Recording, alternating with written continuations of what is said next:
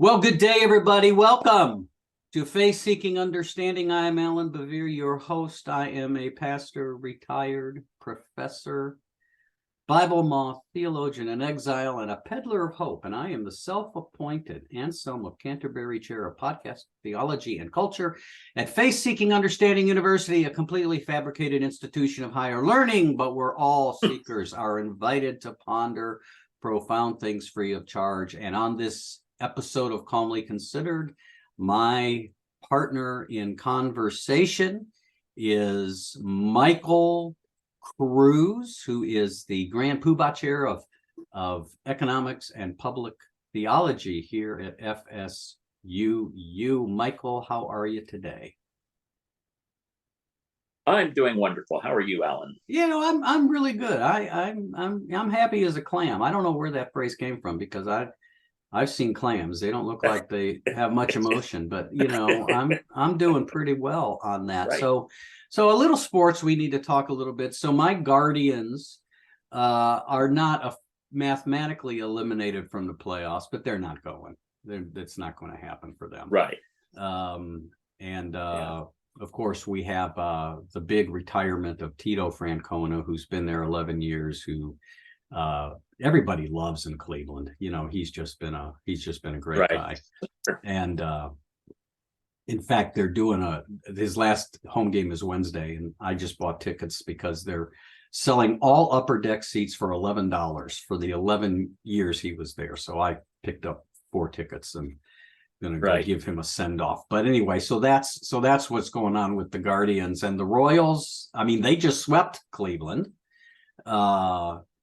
They did. Yeah. They went 7 of 8. They did. Yeah. So, I mean, there's nothing like peaking late, right? Yeah. I mean, they were kind of eliminated from the playoffs sometime around the All-Star break. It's been fun. Well, at least they're giving you, I was going to say, at least they're giving you a little fun on the way out. That exactly. And yesterday, Greinke pitched, and that may be his last home game. And it's not clear if he's coming back. So that may have been his final for his career. Okay. So we'll see. It's possible he could come back next year, but nobody's definitely betting on that. So yeah. Well, and of course, football, NFL is underway, and the Browns lost Nick Chubb to a gruesome knee injury. Yes. And of course, the one thing I just loved about the Browns and watching them was I loved watching Nick Chubb run. And unlike their quarterback, who I refer to around our house as he who shall not be named, unlike their quarterback, he's a stand-up guy. And he doesn't trash talk. He never does. Right. He just does his job. And I just feel terrible for him, and obviously for the Browns, because he really he's just been one of the greatest running backs to watch in the last 3, 4, 5 years. So anyway, we'll see what happens with them. Yeah. But the Chiefs, they're 1-1. Right. They lost their first game. Looking at their schedule, they could win them all. Okay, good. Well, good. I think that first game, both teams, Jacksonville and Kansas City, both just looked like they didn't know what they were doing. People looked confused, all sorts of mistakes. I mean, it was an ugly game. They got better this week, and I think they're finding their stride again. So, well, one of the things in the last few years is that these teams anymore are so adverse to getting anybody hurt in the preseason that the last couple 3-4 years it really has looked like all the teams that the first couple of games it's sort of preseason games. They're like preseason games. So I suppose if everybody's that way, that's fine. But and I understand not wanting people to get injured before the season, but at some point you got to get people on the same page. I mean, as you well know, it's not just talent; it's having everybody work together and knowing what they're all doing together. So, okay, enough of that. So let's go on to our subject at hand, which is: does character count? Does virtue matter? Yeah. And because and as you know, this is a big issue for me. It's always been. I mean, I did my dissertation on the issue of character in the New Testament, and I've been big on virtue ethics and things like that. And it has become very bothersome to me, and I know bothersome to you as well, that we just seem to be, not only in the church, but in society in both places, we don't seem, character doesn't seem to count, particularly in reference to our leaders. And what really gets me going, and we'll get to this subject when we get to scripture, what really gets me going is when Christians use the biblical characters who are very flawed as a justification for supporting leaders who are very flawed, which irritates me to no end, Michael, because those are terrible readings. Right. Those texts, terrible. And we're Yes. going to talk about that. But Yeah. anyway, so let's talk a little bit about that. You know, let me begin the conversation by throwing this out to you for your response. I think that most people, here's my thesis off the top of my head. I think most people do care that their leaders are people of good character in most professions. The one huge exception is politics. We seem not to care. We're more interested in what our leaders can do for us. We're more interested in if they have the right policies, whatever that means. And, you know, and if they're scoundrels, okay, well, I don't like that, but that's okay. I'm willing to vote for that person. What do you think of that? I don't know. I think there are some people who think that obviously politicians should be of higher moral character, but I think there's a large group of people who think it's impossible to be of good moral character and be in politics, so therefore you're always going to have scoundrels. I think I don't subscribe to that, but I think that's what a lot of people think. So there's no point in evaluating their character because they're all corrupt. Well, and this is the other thing, the one justification that really bothers me is when they say, well, they all do it. Well, no, they don't all do it. I mean, I get this all the time. They don't. Well, they're all corrupt. Well, no, wait a minute. They're not all corrupt.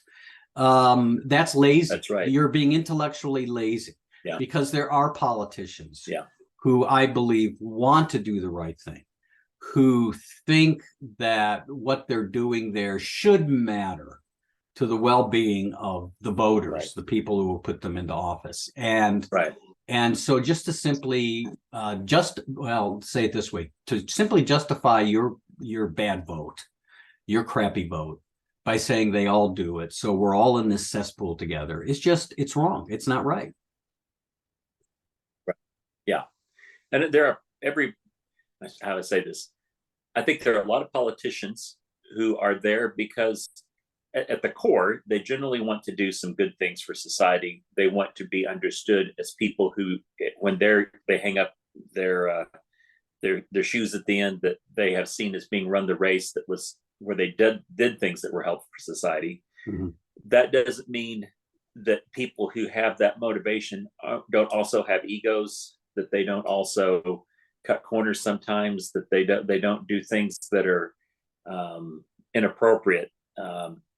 But that's different from somebody who's purely in it as a grifter, who's there purely for their ego, who's purely there to stir up trouble, as opposed to actually accomplishing things that are helpful for people. Right. And I think that's a difference as well too. So well, that's right. Again, we're not saying here, obviously, which would be ridiculous, that perfect people. I mean, there's no perfect people. So, but there is what I call a boundary. All politicians are flawed, but there is a boundary that cannot be crossed as far as unacceptable behavior, things like that. I mean, there is a line. Right. Now, I can't necessarily give you objective criteria as to when that line gets stepped over, but there are certain things that are a problem. If you have a politician who is there and who will do whatever it takes just to be reelected, They don't have a sense of moral compass. They don't have a sense of what is right and wrong. They will vote for whatever they think will get them reelected. This is a real problem, by the way, I think, in the House of Representatives. It's a huge problem. Right. Yes. And Yeah.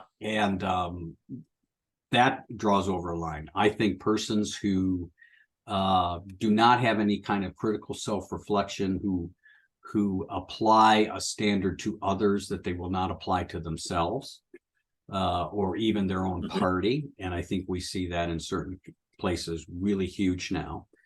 And so, in other words, they're not willing to admit wrongdoing, but be glad to accuse other people of the same wrongdoing.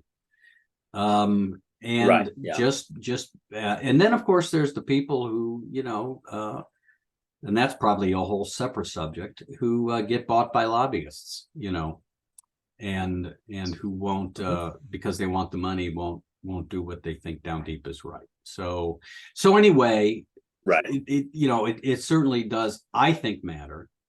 And I think that character is necessary for good leadership. I don't think this idea of leaders being purely functional. I don't care if the president or my senator or whomever is a liar and a cheat and a misogynist and a racist. I may not like that stuff, but I like their policies, right? And that just drives me up the wall. I like the way they fight. I like the way they fight. Oh, stop it. I mean, when I'm in a real bad mood, I want to say things like, "You're embarrassing yourself. Quit it." Right? But we don't. Nobody says that. No Christian I know who goes to church says that about their pastor. Right? Right. I mean, and then the argument. This is another argument that drives me crazy. Well, I'm voting for him for president. I don't expect him to be my pastor in chief. Again, what kind of a response is that? Right. As if only pastors should be moral? Right. Right? If only pastors should have character? Is this what you're really saying? Right. And so again, right. I think character matters. And you were saying something before we went on, and I want you to talk a little bit about that.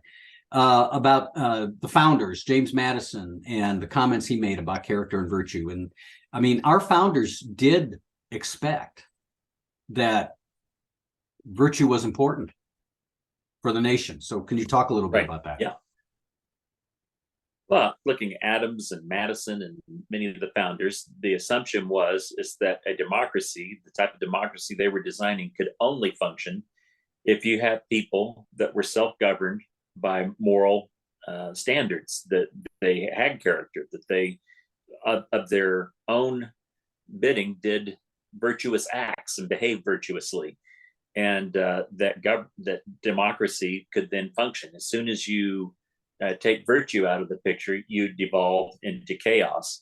I was actually reading, I was going to point this out.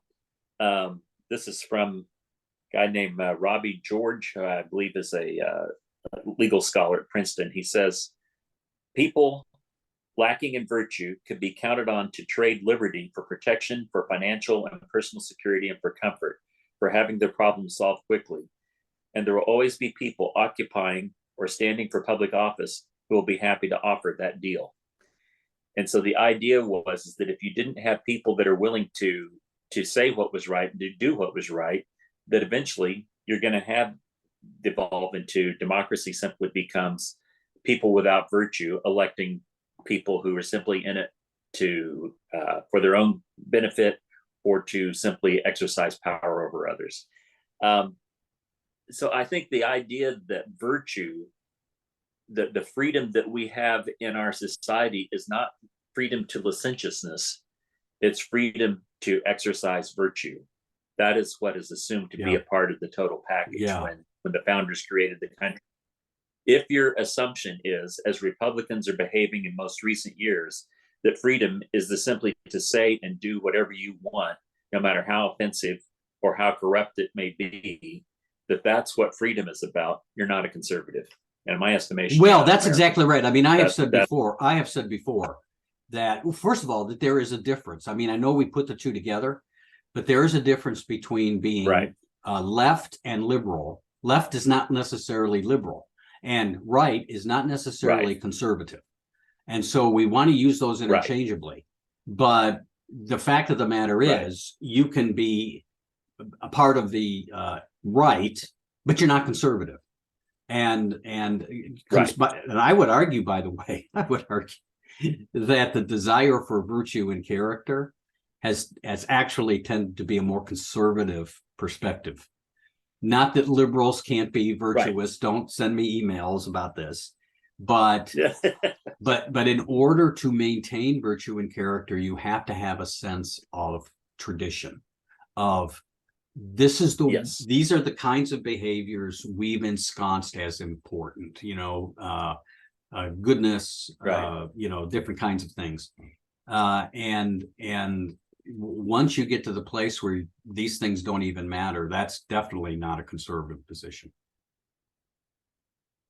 And I can tell you just from personal testimony that looking at sort of liberal versus conservative politics in the past, and this I'm painting with a broad brush here to make a point, because there are many gradations in between. I think the idea that you have the individual and the family as being the most elemental units of society, and then you can talk about government at the societal level. Well, there are many intermediary institutions in between. There's neighborhood, there's church, there's school, there's all these other institutions that exist in between those two that also play a role in shaping and making society function. And my broad brushstroke is that I think conservatives have been more interested in those intermediary institutions and what those should represent and what they should do, whereas liberals have tended to be more towards a social, I'm using loaded terms here, but a social engineering type approach that will manage society through the government, through the top level institutions, often to the detriment of intermediate institutions and sometimes to individuals. That's a broad sweep, and it's unfair to say that that's universally what it is.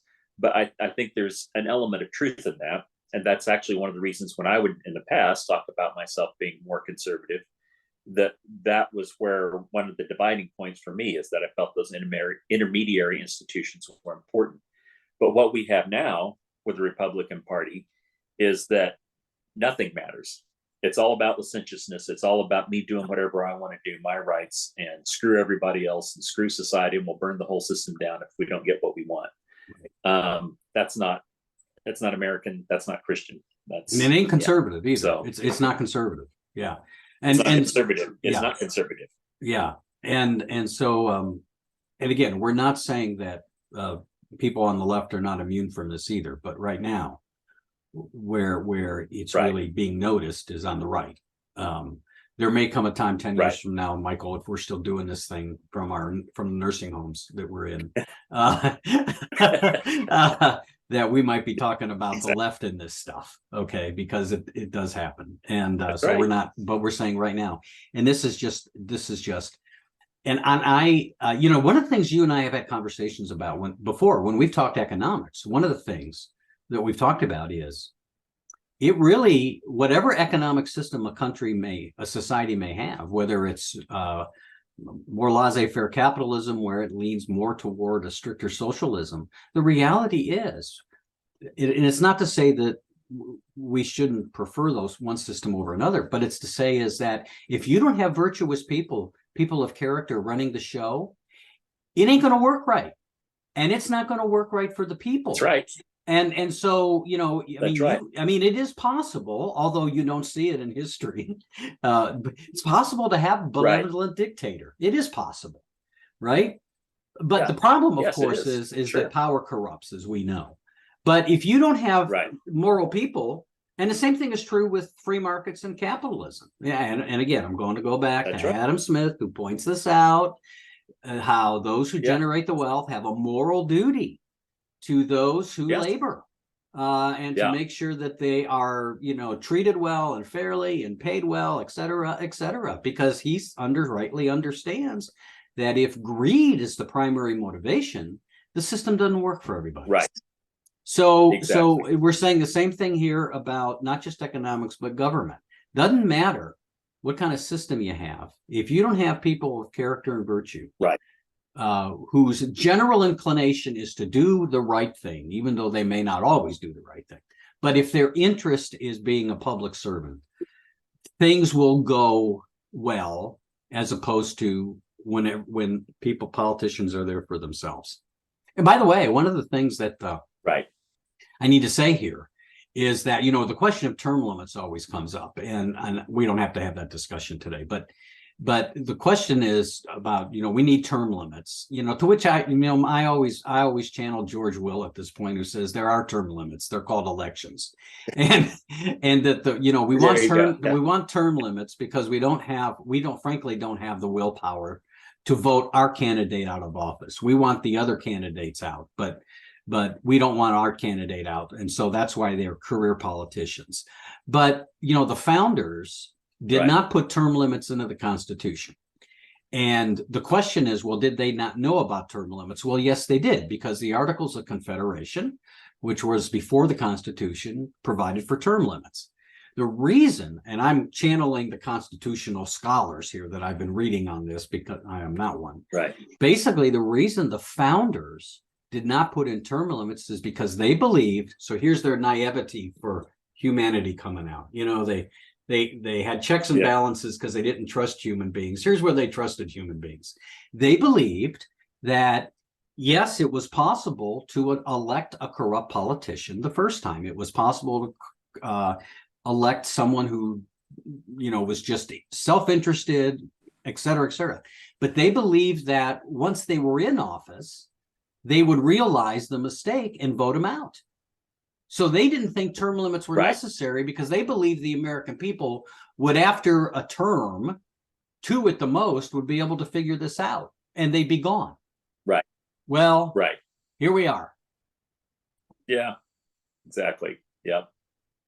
And that feeds back to, and particularly in some of these districts that keep electing some of the most outrageous members of Congress, you have an entire electorate that is, in my estimation, morally corrupt. Well, and so they are electing somebody that is a reflection of their moral corruption. Yeah. That's not going to work. Yeah. Yeah. I want to raise a quote here by John Adams, who is my favorite founding father. And in 1945, it was Roosevelt who had this engraved on a mantle in the fireplace. It might have been I don't remember where it was, the dining room or the Oval Office or whatever. But this is a quote from Adams in his diary. He's sitting there in the White House, right? Now, he's the first president to occupy the White House. And he's the White House is a mess, right? Because it's being built. But here's what he says. I pray heaven to bestow the best of blessing on this house and all that shall hereafter inhabit it. And here's the line. May none but honest and wise men ever rule under this roof. Now, he wasn't thinking of women, but I hope at some point we'll see a woman president. I'd like to see it in my lifetime, because there are certainly women out there who could be president. But his point is honest and wise. Only honest and wise, because Adams believed, like the rest of the founders, that dishonest and stupid people would make a mess if they were either put into the presidency and certainly in Congress. In fact, Adams in one place basically says that the American people will get the politicians that are only as moral as they are. So we all like to think we're moral people, but maybe we ought to look at some of our choices, and maybe that raises some interesting questions for it. So this really, really matters. By the way, we should define virtue real quick and character. Character actually comes from a word that refers to the engraving process, that you take a silver and you engrave your name on it. You actually and you make a permanent change to that metal, and that's where the word comes from, engraving. So it's like a person of character is a person who has been changed down to their essence by what is good, by what is right. Virtue is another word for virtue. A conceptual way to translate virtue is moral excellence. and that a virtue is an excellence. So the virtue, you could say the virtue of a racehorse is running. The virtue of a knife is cutting, right? I mean, who wants a knife that doesn't cut? So a virtue is something that helps something to perform its function well. So in channeling Aristotle here, in order for us to inhabit, and we talk about the language of inhabit the virtues, in order for us to be good human beings, in order for us to be productive, in order for us to contribute, we have to have certain qualities of excellence. And so there's virtues of honesty and virtues of faithfulness and gentleness and kindness and all those other things that we have to have in order to be the human beings that we should be. And that's what we refer to when we mean character and virtue. Yeah, exactly. And as I think about that, your description of character, that sort of engraving on somebody, that quality, what my mind went to there was the whole idea of being in the image of God. I remember doing some research on that sometime back. It's been years ago, but it's always stuck with me. This idea that in the ancient Near East, that a king would have territory that they laid claim to, and they would put up images of themselves at various places around that territory to mark that as theirs, that they claimed it. And so that was the image of God, the image of the king, that reflected that God was sovereign, that the king was sovereign over that area, that they controlled that, and that God does the same. But we aren't just simply pillars that are there. We are living images of God that are also supposed to be reflecting what God's character is to the world. Yeah. And it's fascinating to me that at the end of Matthew, when Jesus goes into his stories about what is it, the parable of is that the one where the talents, the bridesmaids? The 10 maidens. The sheep and the goats. It's right out the sheep and the goats, and then you have right after that the parable of the 10 maidens. Yeah, so they're talking about, in all of that trilogy of parables that he has right there at the end, all of them focusing on, do you have the mind of the master? In other words, are you thinking about the master? What would the master want? What does the master need at this point? All of those, his final statement is he's departing and is going to leave these people behind. And the whole idea is this idea of the image of God and bearing God's character. And that is our primary mission in the world at this time until the new creation, is to bear the image of God to the world, individually and collectively, as a community. And so the idea that you can somehow disregard all sense of character, all sense of morality, in order to accomplish a political end, and expect people to treat seriously your witness that you are the image of God, reflecting what God says in the Bible, is ludicrous. There is no way that you can do that. And yet that is exactly where a wide swath of the Christian church is in America today. That they believe that by accessing power and compelling people to succumb to their will through whatever dishonest means and outrageous, hateful behavior they engage in, that somehow that's consistent with being a Christian. We become utilitarian. The ends justify the means. That's why societies become open to authoritarianism, because they're not getting what they want through democratic means, so they're willing to trust an authoritarian because they'll take care of what I want. So it doesn't matter that the populace is going in a different direction than I want them to go. I'm disappointed about that. I wish it was different, but we keep losing elections, so it's just the way that it is. Instead of that, no, I'm going to trust somebody who's going to throw all that stuff to the wind and just institute what I want. And by the way, what I think is good for everybody else. I mean, so it may be authoritarian, but hey, all you people on the other side, it's good for you. So just accept it. That's the idea. Right. Exactly. Yeah. Exactly. Right. Yeah. Go ahead. And that is totally contrary. As you said, it's totally contrary to the witness of Jesus Christ and everything that Christ calls us to be as the church, which is to be the long-suffering servant, to be willing to undergo suffering and hardship at the hands of others in order to melt their hearts and to transform them. It's Right. about trying to get other people to comply with what you think is right, rather than being a witness that transforms them into seeing what Yeah. is right. Yeah. And that's the subtlety. I mean, that's the what's the word I'm looking for here? It's why it's so insidious, because it feels like you're doing the right thing. In fact, you're totally undercutting everything that Christ has called us to do. Yeah. Yeah.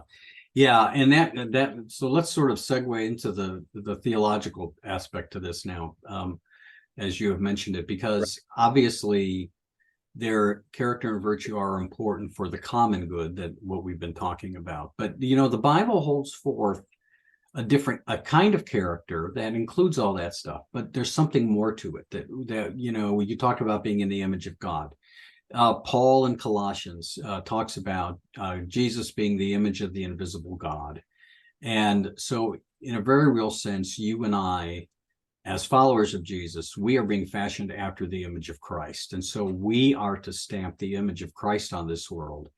And the one thing about that, Michael, is that we have 4 gospels that tell us how that looks.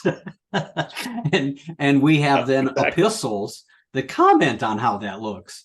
And so it can't be, it can't be, well, I don't know what it means to live like Jesus. You really don't? Have you read Matthew, Mark, Luke, and John? And so that matters. That is supposed to be how we are to live, and we are to reflect that image of Jesus Christ in the world. One of the things that bothers me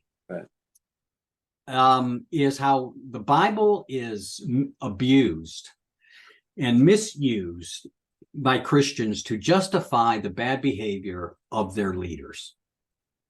So how many times have you and I heard in trying to justify the bad behavior of a certain politician, a certain person, well, King David, he's like King David, and he's like Cyrus of Persia. And, and by the way, it's pastors who say this stuff, who should know better. I mean, that's the other thing I want to say. You're a pastor. One of the things you preach every week, which means you should be a real student of the Bible. And if you make comments, I mean, people who don't know much about the Bible, I suppose, can be forgiven. But when you as a pastor who's supposed to know the large narrative of Scripture, make some kind of ridiculous statement like that, I mean, God help your congregation, because of course, now again, let's go back to no leader is perfect, and we're all flawed, and God uses flawed people because that's the only people he can use. But King David, I would remind everybody that, King David, we call it commits adultery against Bathsheba, but he raped her, basically, is what he did, right? Because he's the king, he gets what he wants. Yeah. He basically rapes Bathsheba. She gets pregnant, and to keep the thing hidden, he sends her husband Uriah to the front lines, who is killed, right? And actually instructs his general, withdraw. When you all get up there in the front lines fighting, you all withdraw and leave leave Uriah there, right? I mean, this is the behavior. And so Nathan, the hit job. It's a hit job. So Nathan, of course, the prophet, calls David on it. And what's the penalty for what he's done? He says, the sword will not depart from your house, meaning your descendants. There's going to be nothing but battle, frustration, war, violence, and pain. In other words, David, there are consequences for your actions, right? Yes. We've conveniently forgotten that. Right. We think about what David did. Exactly. And says, well, God used David, and so well, but you have to read the rest of the story, right? And so this is the thing. I just get, and when you read all of the stuff in the Bible about the importance of character, I mean, it's everywhere. It's everywhere. God gets miffed with the people of Israel when they're not reflecting faithfulness, which includes character and holiness. Paul, in almost every one of his letters, has comments about living the virtuous life, living the heavenly life, as opposed to the fruit of the Spirit, as opposed to the lust of the flesh. So, this kind of using scripture to justify bad behavior of leaders is just it is just an abuse of scripture. It's an abuse. And I want to say to certain pastors, if you keep talking like this, you should have the Bible taken away from you. You should not be allowed to interpret it because by the way, you are leading people down the wrong path, right? You're leading people down the wrong path in this. So anyway, that's my short sermon that just drives me crazy. Isn't it James? Is James the one who talks about being slow to teach or whatever it is? He says, not many of you become teachers because you will incur a stricter judgment. Exactly right. Which is, by the way, if you're a teacher as I am, it's scary because I had a pastor friend say to me, I have there's a group of pastors and professors. We meet once a month in the afternoon and we just talk about what we're reading lately. And we thought we'd call ourselves the Inklings, like C.S. Lewis and his buddies met at the pub in Oxford, but we thought that was presumptuous, so I named us the Stinklings. So sort of touching on that tradition, but also recognizing we ain't C.S. Lewis and Tolkien and Owen Barfield and all those guys. One of my colleagues who's a pastor here in town in Ashland, who actually was a former student and is a real bright guy, he said yesterday, we were talking about an issue, and he said, I'm constantly reminding people that I'm open to certain things that other people are not open to, not because I don't believe scripture, but because often I don't trust my interpretation. I thought that was a great comment. Yeah, right. That was a great comment. Because the problem really isn't scripture. The problem is how sometimes we read it. And there are terrible readings of scripture, awful readings of scripture. And I think scripture has been abused of late in order to justify egregious behavior among our leaders. And by the way, I can't just point to politicians. We've had some real nonsense happening in some large mega churches where pastors have fallen into bad behavior. And instead of calling it out, the leadership surrounds the pastor and tries to intimidate the people who are on the brunt of that bad behavior. And again, using scripture, a terrible reading of scripture, to justify that and to continue it. This is wrong. Christians need to call this out and say, this is wrong. Right. And I just would reiterate one aspect when you're talking about David a second ago and talking about the consequences that the sword would never pass from his family, is it's something that I reflect on repeatedly, and it just makes me want to bang my head against the wall sometimes. But I am convinced of this, and I don't think most people that are Christians who are big behind the Republicans and the MAGA and all that stuff, I think they're clueless. What they are doing, the repercussions of this that are going to reverberate in 5 years, 10 years, 20 years down the road. I don't know exactly how long it's going to be. It is putting a stain on the church, and specifically the type of church that they're talking about being a part of, which is evangelical churches, this type of thing, typically where this tends to be concentrated. They're putting such a stain on that it will never pass from their community of people. It will be on them. It is basically a self-destruction of what they have held. And people, in terms of their personal lives, how their children and grandchildren will remember them. Yeah. Much as we would look back and say, oh yeah, I remember my parents were part of those group of people that were hounding those black kids trying to go into a school in Little Rock. Or I remember my dad marched in the Klan rally in Washington, D.C. back in 1925, that they had there. That's how people are going to remember these MAGA folks, the extreme folks that are part of it. And instead of owning that past, right? Instead of owning that past and standing in that light and saying, yes, that happened and that was wrong. Instead, what we want to do in certain states like Florida and others is we don't just really want to teach it under the guise of, we need to tell, other sides, or we don't want our kids Freedom, to feel yeah. bad. And so, or we caricature critical race theory and this kind of thing. And because we don't want our children and grandchildren to have to know what their family members participated in, right? When what we should just do is own it. Right. We should just own it and say, yes, that happened. That was unfortunate. But we need to know the history. Right. So anyway, yes, and as far as a stain on the church, yes. I mean, I mentor a lot of young people. I don't know why there's young people who just want to hang around me as an old guy, but a lot of them are and some of them are pastors. They're pastors of churches. They're very disillusioned with just the judgmentalism and just the bad behavior and not I mean, and glorifying it, just the bad behavior.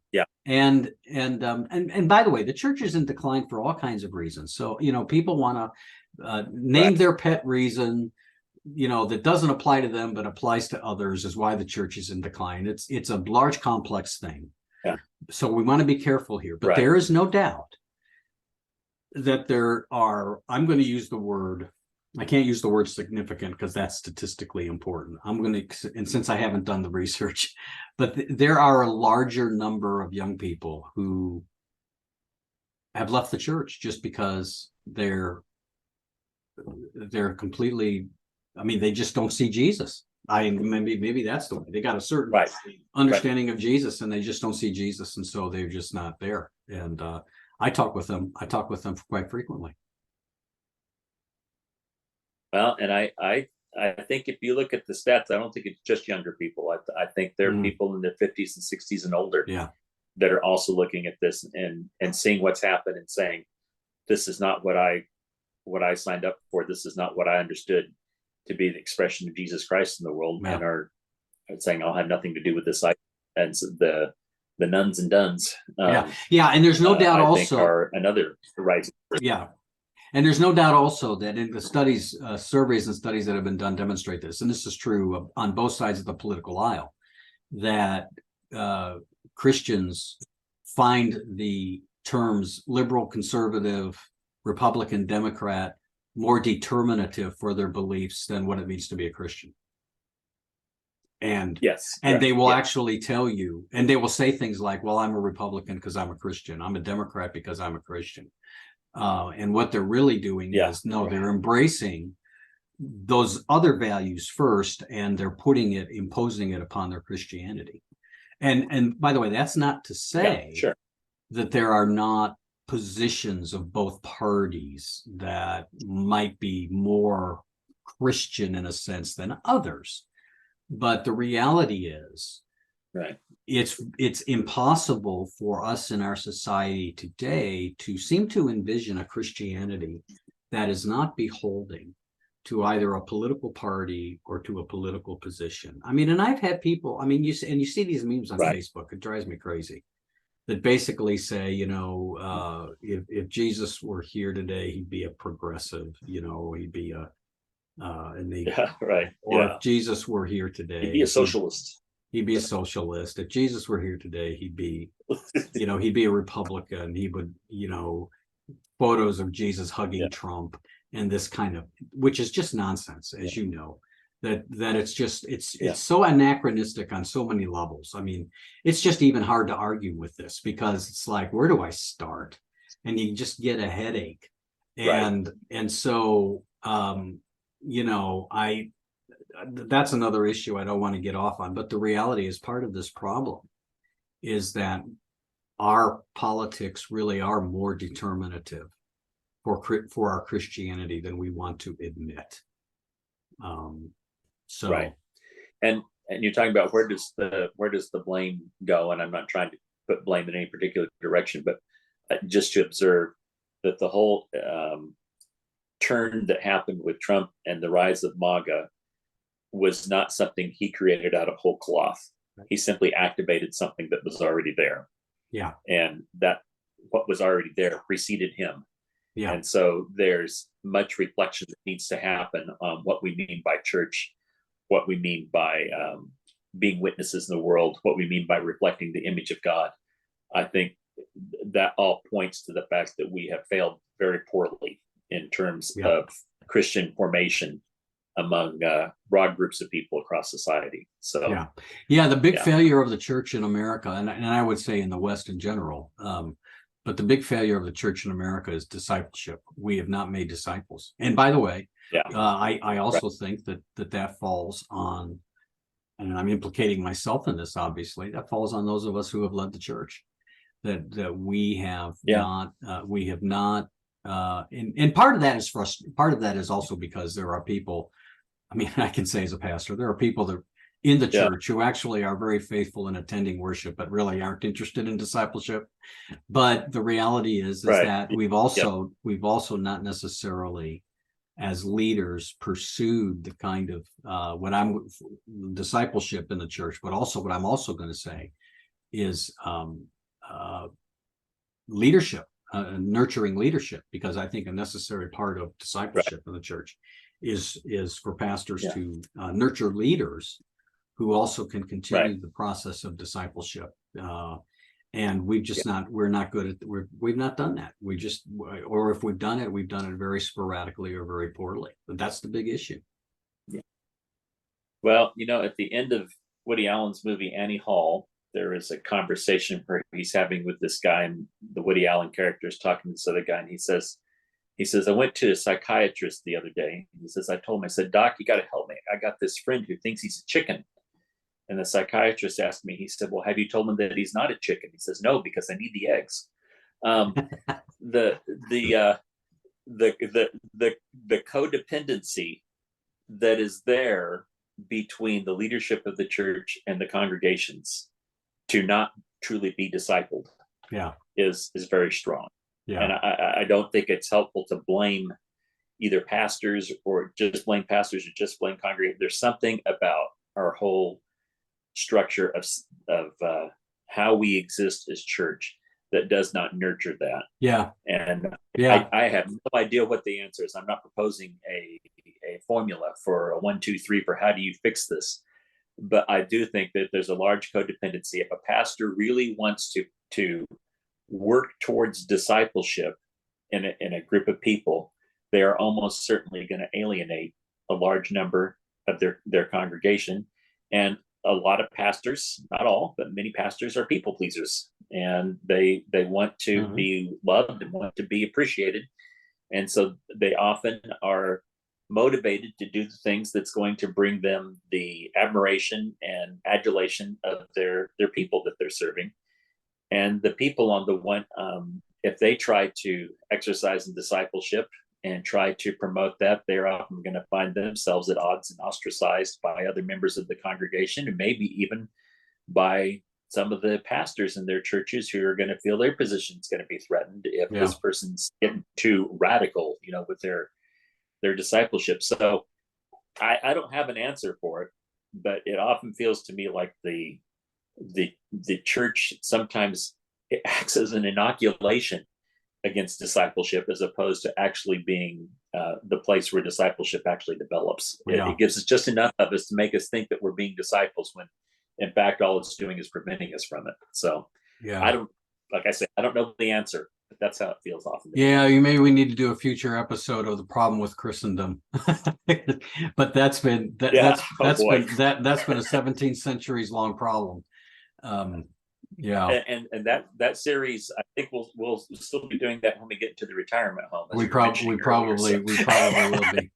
And I have friends who are pronouncing Christendom dead, and of course I always say that if Christendom died tomorrow, I would not be unhappy, but I still think Christendom is alive and well. I don't think what it once was. I don't think it was what it once. It is what it once was, but it's there, and I don't think it's actually dying anytime soon. So, but anyway. Okay, well, I think we're about at time, Michael, and now that you've told that wonderful joke about the chicken, maybe we'll do a spin-off show, and you can do stand-up comedy or something. Right. Anyway. Yeah. So, but anyway, thanks for the conversation. It's so true. Yeah. It's been great. Enjoyed talking about it. Yeah. And we'll we'll do this next month, and we'll figure out what we're gonna muse on next time. So anyway, friends, thank you for joining us. Right. And by the way, before you leave, click the subscribe button if you don't mind. That helps us get some exposure. If you like our episode, click that thumbs up. We would appreciate that. All right, I'm Alan Bevere. This is Faith Seeking Understanding.